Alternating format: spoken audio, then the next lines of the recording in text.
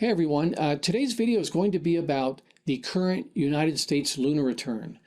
And off to the side here you can see the US birth chart, July 4th, 1776.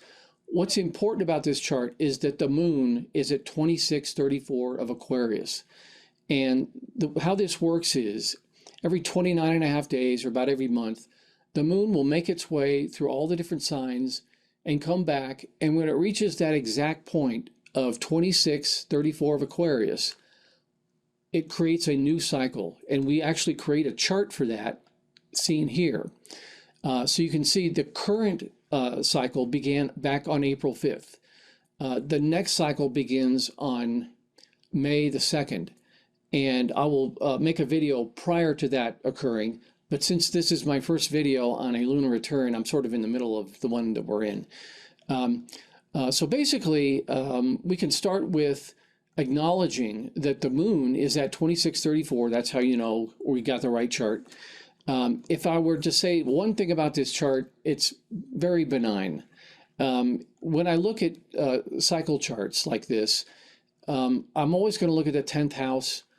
This is the house of Saturn in Capricorn. There are no planets there this month. And also, there's only one planet in the sign of Capricorn. And so in terms of difficulty, major problems going on in our country and in our relationship with other countries, this is not a very difficult period. Also, we can look at the planet Saturn. Saturn is in the second house, and it's in the sign of Pisces. It does make a 30-degree aspect to the sun. It also aspects Neptune in kind of a negative way. And this is just showing arguing, bickering among people. The pettiness of arguing will probably be really high this month in comparison to a normal month. From there, we can move on and we can look at the moon.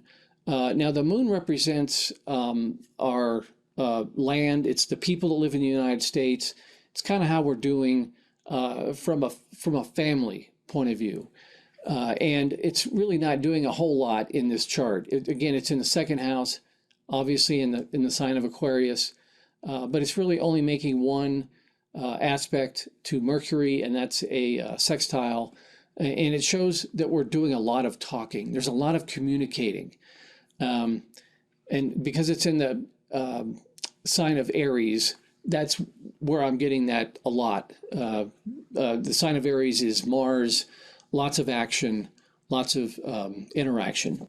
Next, we can talk about the Jupiter-Uranus conjunction.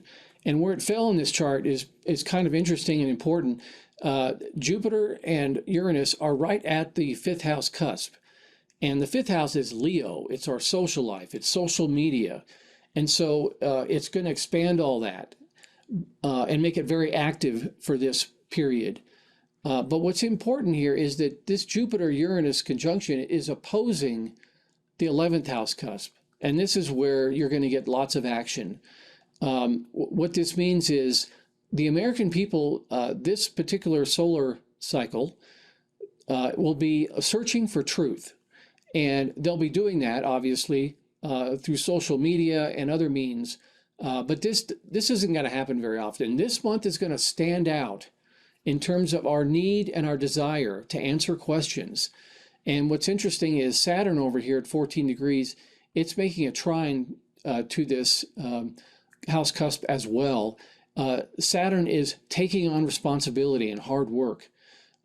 So these all are all working together to tell us basically the same thing.